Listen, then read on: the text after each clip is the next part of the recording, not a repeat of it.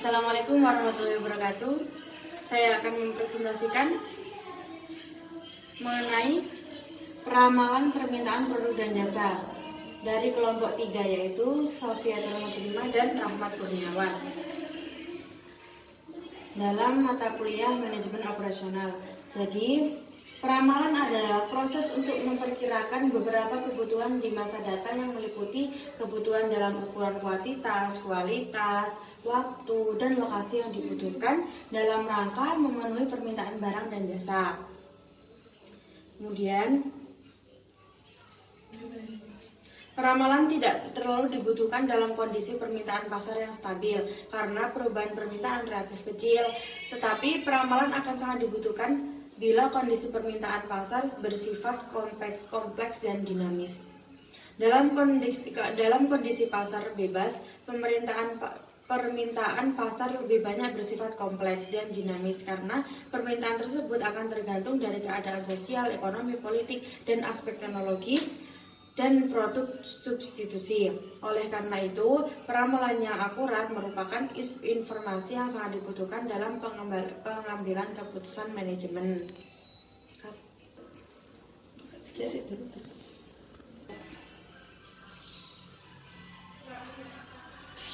Kemudian metode-metode peramalan. Ada dua, yaitu kualitatif dan kuantitatif. Metode kualitatif.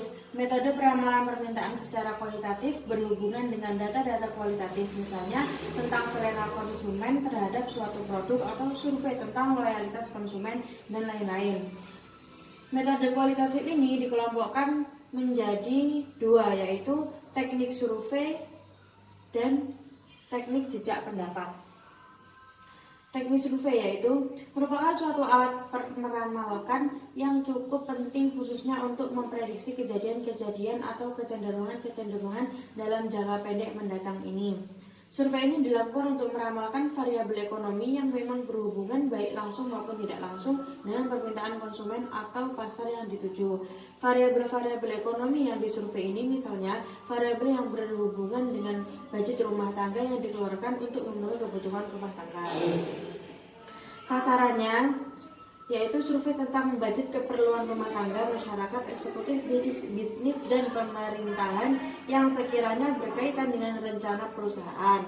Kemudian survei mengenai barang atau jasa yang diperlukan bagi para pelaku bisnis yang akan memperdagangkan barang atau jasanya.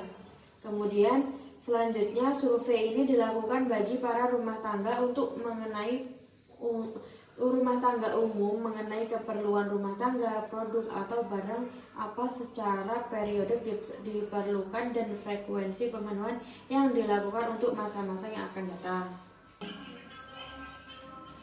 Kemudian teknik jejak pendapat atau opinion polls. Teknik jejak pendapat sering dilakukan untuk melengkapi data dari survei. Jejak pendapat dari para pakar, para eksklusif, dari masyarakat umum, dan dari konsumen. Jejak pendapat ini lebih bersifat pandangan atau pendapat pribadi atau subjektif dari respondennya. Sebaliknya, teknik survei lebih bersifat objektif. Sebelum peluncuran produk baru, biasanya diadakan pretest dan jejak pendapat terhadap responden yang menjadi sampel. Jadi contohnya itu kayak tester, kalau makanan berupa tester. Kemudian teknik polling ini melibatkan berbagai media seperti media TV, telepon, koran, SMS, email, Instagram, dan lain-lain untuk menyebarkan kuesioner atau daftar pertanyaan tentang berbagai informasi yang dibutuhkan oleh perusahaan. Kemudian metode yang kedua yaitu metode kuantitatif. Metode kuantitatif ini terdiri dari satu, metode time series. Metode time series ini berhubungan dengan nilai-nilai suatu variabel yang diatur secara periodisasi sepanjang periode waktu di mana perakiraan permintaan diproyeksikan. Misalnya mingguan, bulanan, kuartalan, atau tahunan, tergantung keinginan dari pihak-pihak yang melakukan perakiraan permintaan ini. Metode ini semata-mata mendasarkan diri pada data dan keadaan masa lampau. Jika keadaan di masa yang akan datang cukup stabil, dalam arti tidak banyak perubahan yang berarti dengan keadaan masa lampau, metode ini dapat memberikan hasil peramalan yang cukup akurat. Kemudian yang kedua yaitu metode tren linear. Khusus metode ini digunakan jika scatter diagram berbentuk garis lurus dengan persamaan umum adalah Y sama dengan A plus BX. Untuk metode tren linear ini banyak jenisnya, yaitu metode least square. Metode ini sering digunakan oleh perusahaan karena dianggap paling mudah untuk dipraktekkan. Metode ini digunakan pada waktu data yang tersedia adalah mempunyai kecenderungan berbentuk garis lurus. Kemudian metode produk momen.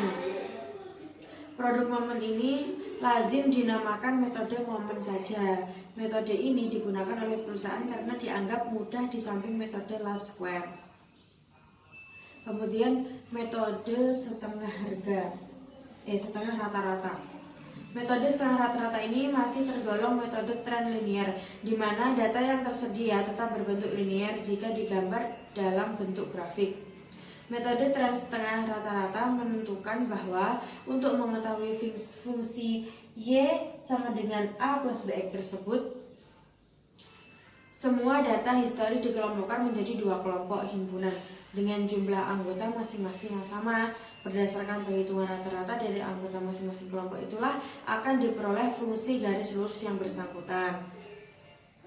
Kemudian yang ketiga yaitu metode kuadratik adalah merupakan tren non-linear dan jika digambarkan berbentuk garis lengkung. Metode ini biasanya digunakan atau diterapkan untuk data historis di mana jika digambar akan membentuk garis tidak lurus atau berbentuk parabola.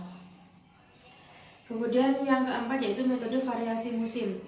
Melakukan perakiraan volume permintaan konsumen di waktu-waktu yang akan datang dapat didasarkan pada gelombang musiman yang melekat pada kultur budaya atau kebiasaan dari masyarakat.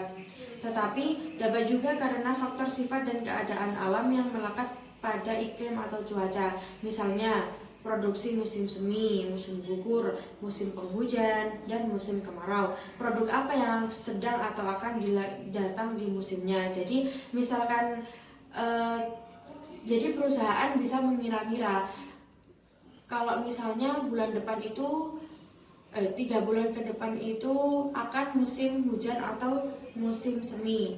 Nah, berarti produk apa yang harus kita buat begitu. Kemudian yang kelima yaitu metode ekonometri.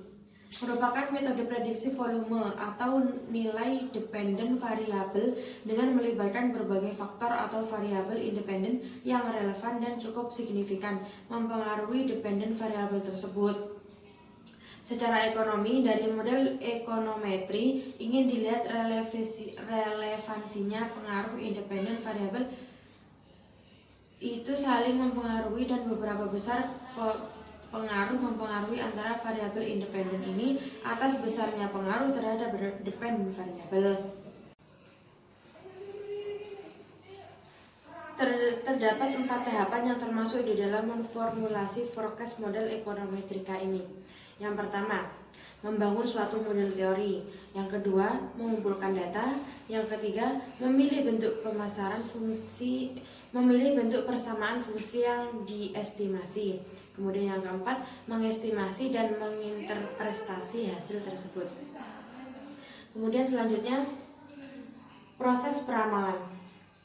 Proses peramalan biasanya terdiri dari langkah-langkah sebagai berikut, yaitu penentuan tujuan, kemudian penggunaan model, pengujian model, penerapan model, dan ramalan dan evaluasi.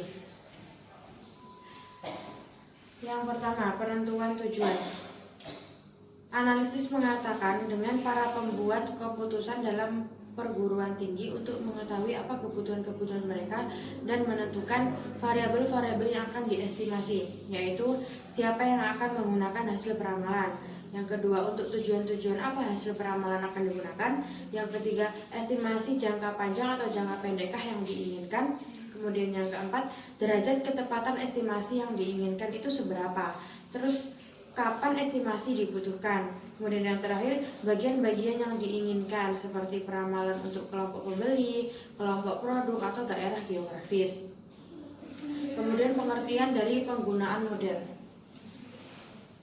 Setelah tujuan ditetapkan, langkah berikutnya adalah mengembangkan model yang merupakan penyajian secara lebih sederhana sistem yang dipelajari. Dalam peramalan, model adalah suatu kerangka analitik yang apabila dimasukkan data akan menghasilkan estimasi jumlah calon mahasiswa baru di waktu mendatang. Ini sebagai contohnya. Kemudian pengujian model. Sebelum diterapkan, model biasanya diuji untuk menentukan tingkat akurasi, validitas, dan reliabilitas yang diharapkan.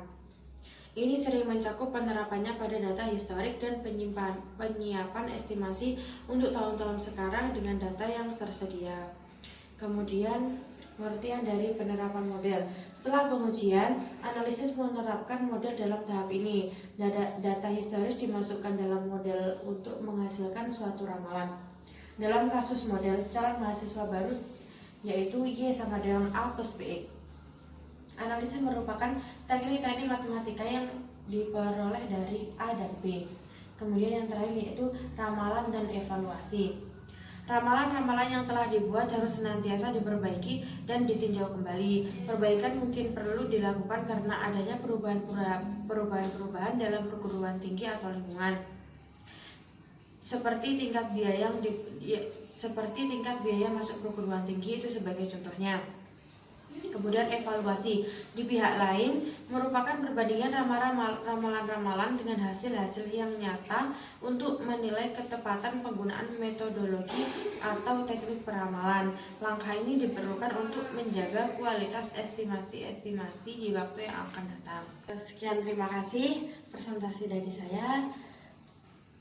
Apabila kurang lebihnya mohon maaf. Wassalamualaikum warahmatullahi wabarakatuh.